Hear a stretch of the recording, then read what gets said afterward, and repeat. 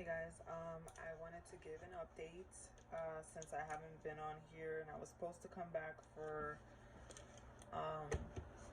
Operation Day, but seeing as that I was getting operated on, and I was just not in a good mood to record anything. I kind of wasn't really all there anyways, and I was by myself, so I didn't have anyone to record me or do anything to help me with the video.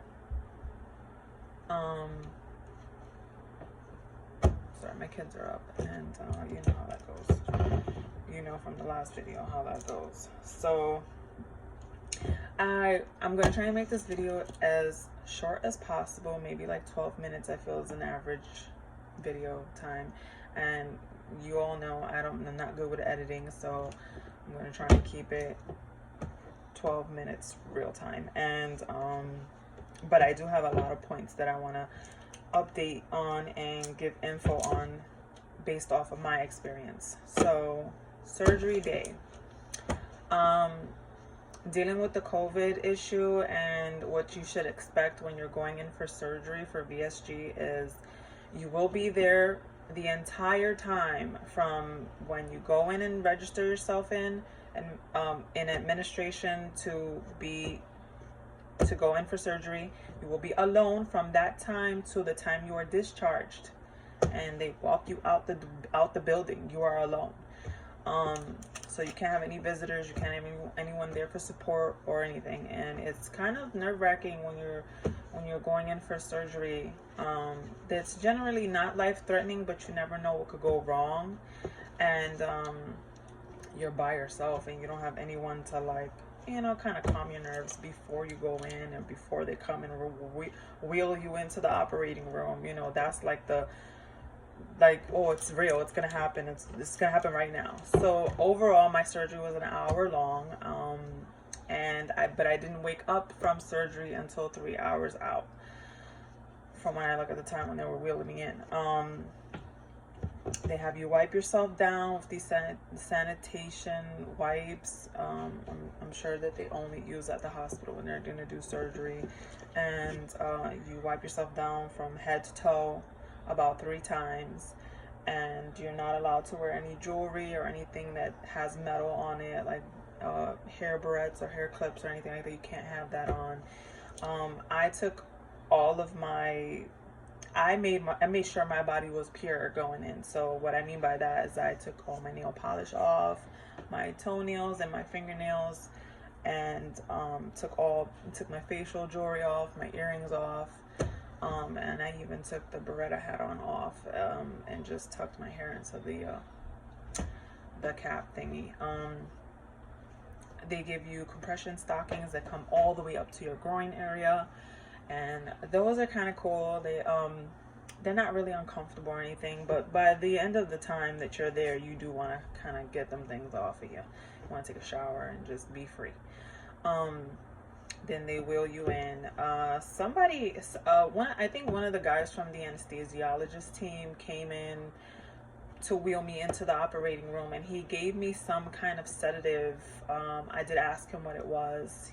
He didn't tell me the actual name of it, but he basically described it as something to calm my nerves before, and that it would also work to calm my nerves after surgery, so that I'm not like crazy or nervous or whatever.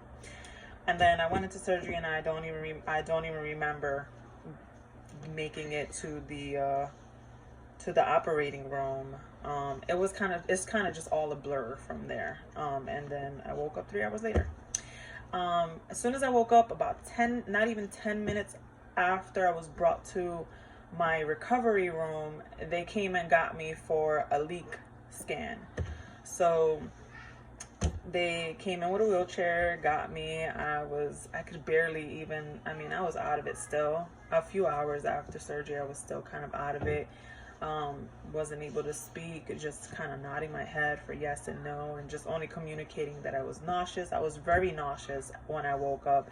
In fact, I was very nauseous up until maybe day 3 after surgery. I know it was like a day after I got home from surgery. I was still so nauseous, like waking up in the middle of the night, rushing to the toilet nauseous, like pretty sure that I was gonna throw up, and I think that's kind of like a bad thing when you have surgery in your stomach, that you kind of like should have it just rest and not have it contracting because you're gonna throw up or you're throwing up or anything like that. I felt like that would do me more harm, so I did work a lot after surgery to keep, I don't even know what I had in there, because I didn't even eat until like day 3. I didn't even have liquids until like day 2. So I don't know what I would have been throwing up. I knew it would have been really bad if I did. So I asked very frequently, or as often as I could get it, I asked for Zofran for nausea, because I was very afraid of throwing up. I was given morphine for pain, which I only had about 3 doses while I was in the hospital, because I didn't really have pain from the surgery itself. From the incisions, I didn't have pain at all.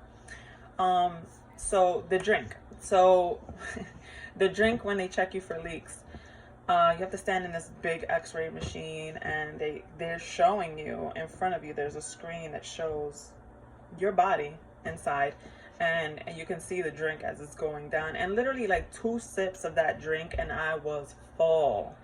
It's so nasty though, and your mouth is so dry, you're not allowed to drink any water until they give you the clear okay. Making sure you have no leaks, but your doctor has to look at your surgeon has to look at the x-ray first to give the clear. So that took a couple of hours before I was able to have a sip of water.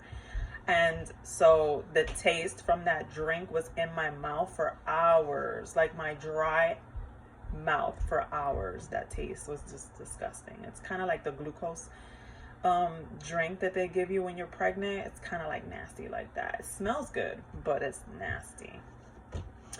And so after that, I was sent back up to my room for recovery, and the nurses were checking my vitals every few hours or so, making sure my pain level was okay, making sure my nausea was okay,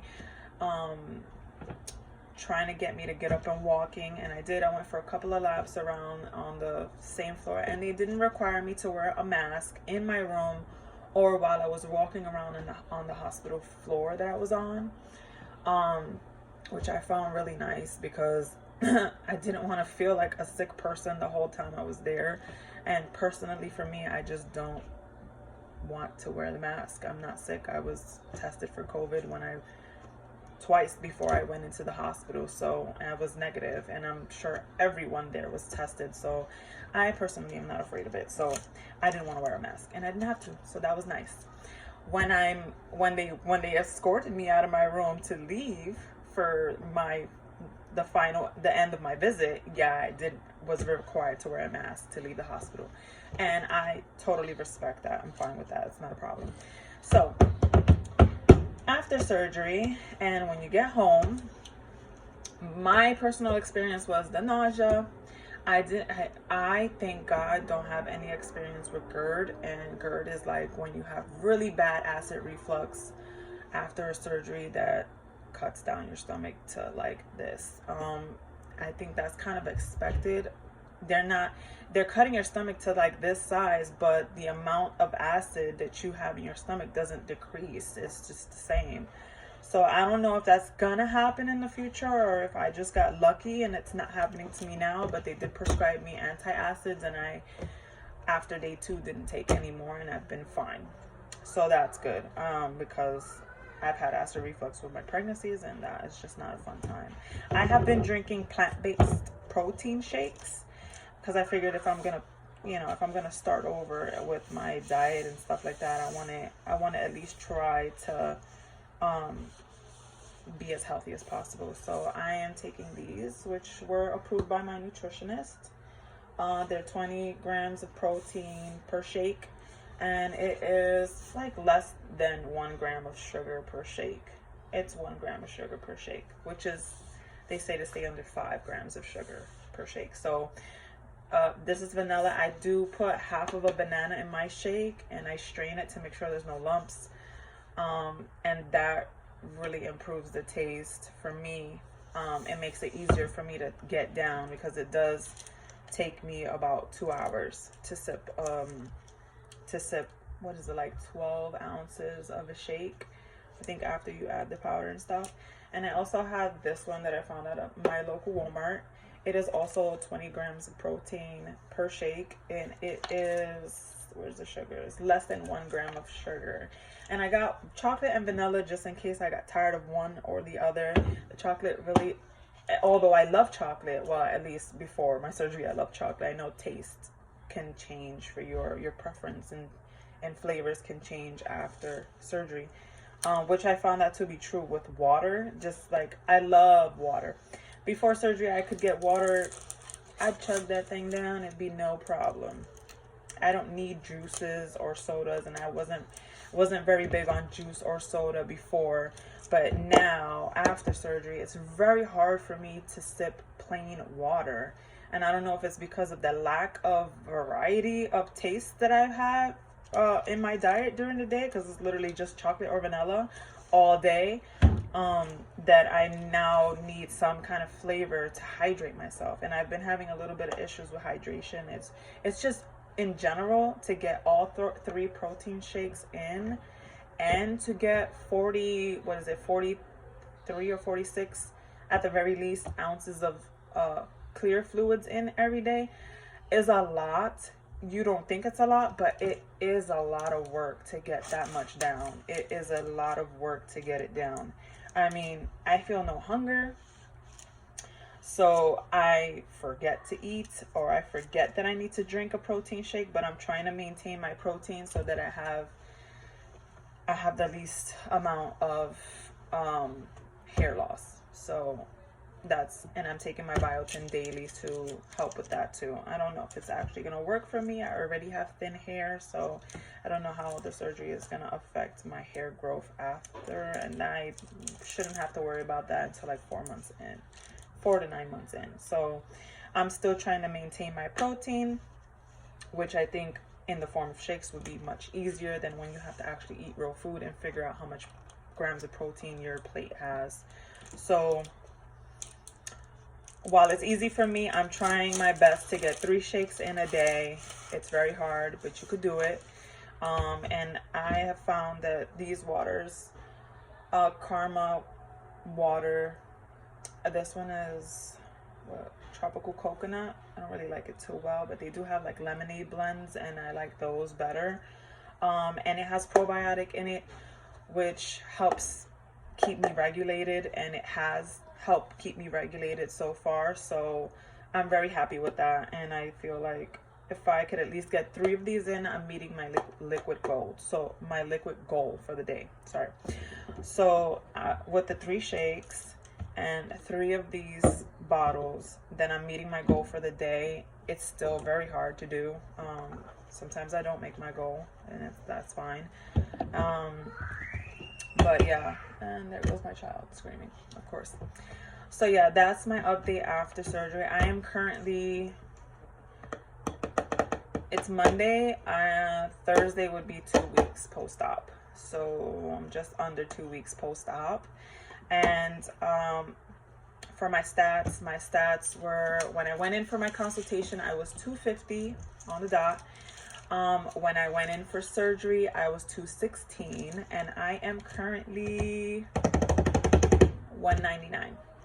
So, what is it, like 10 days? No, it's not 10 days. 9 days post-op. I guess I'm 9 days post-op. I have lost 16, 17 pounds. I'm like 199 point something. So it's like, I can kind of go back up to 200 if I'm like full or backed up or whatever. But yeah, so 16 pounds in the past 9 days. I wish I would have purees by then. I can't wait for purees. That's kind of sad. But anyways, yeah, those are my stats. I'm 199 now. And I think the greatest success for me is the portion control, because that was my problem before. I come from a Hispanic family, and we're very big on large portions, and finishing all your food before you leave the dinner table, and those kind of behaviors molded the reasons why I was overweight. And VSG just works for me, because even with the portion control, I've been able to lose 50 pounds. So my surgeon had a goal for me. My goal weight is between 150 and 165, which I'm happy with. I don't want to be too thin. I would like to stay on the thicker side, just because that's my preference.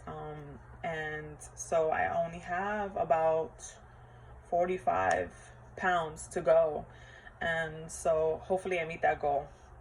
I go a little bit down because I want to leave room for regain, because you do kind of experience regain after maybe a year or so out. So I'm looking at all points of the VSG. I've researched everything all around, and I think if you're thinking about doing the surgery, you should do the same and just know what to expect, because everything I expected happened, and some things that I expected didn't happen, which was good. Like the gas pain after surgery, I personally built it up to be much worse than what it was, and I don't know if that was because I got lucky and I got a really good surgeon, or if I treated the gas fast by walking a lot, or what, but I didn't feel like it was that bad. It was painful, I'm not gonna lie. It was painful, but it wasn't as bad as I thought it would be. I thought it would be unbearable, you know, the way people were speaking about it, and it wasn't. And so that was just it with the pain level after surgery. I didn't have pain from my incisions. I had a C-section before, about 10 years ago, and I feel like that was the one that topped the cake. Like, that surgery was the worst recovery time, and so these little incisions didn't really affect me. I already knew what to expect with that. I can show you what they look like, just because I know visuals are important too. So I'm gonna show you my incisions. I did get surgical glue, and I was told a week out, because I'm allergic to the glue, that I was okay to peel it off. So this is it, peeled off already and still healing. I'll put you down here. So I don't know if you can see, the lighting is pretty bad in here, but this is the biggest one, and that one is still healing. They're all really red around because of the allergic reaction I had to the surgical glue. So this is the last one on this side, and then this one, they all look like they're gonna heal really well, so I'm very happy with that. And then I have one up here, just a little tiny one that's looks good too. So these are my incisions and my gut. I had 3 children, don't judge me. But overall, I feel like I feel better in my clothes. I feel like I look better in my clothes. I can't wait to start working out. I'm gonna get my 3 weeks post-op appointment with my surgeon, and then I'll ask him if I'm okay to start working out, because I really am really hyped to get this body in shape and as best as possible, so that I can avoid skin removal surgery, or skin reconstruction surgery, or whatever you want to call it. But I'm going to end the video because it's already 18 and a half minutes out, and I have talked long enough. But I feel like it's almost 2 weeks out. I'm giving you pretty much a 2-week update, and I'll come back next week and make another video for 3 weeks, and hopefully by that time I can start purees and tell you my experience with that. If you have any questions, leave them down below. Please hit the like button, subscribe if you want to keep track of my journey. But this is VSG during a pandemic, and I'll see you next time. Bye.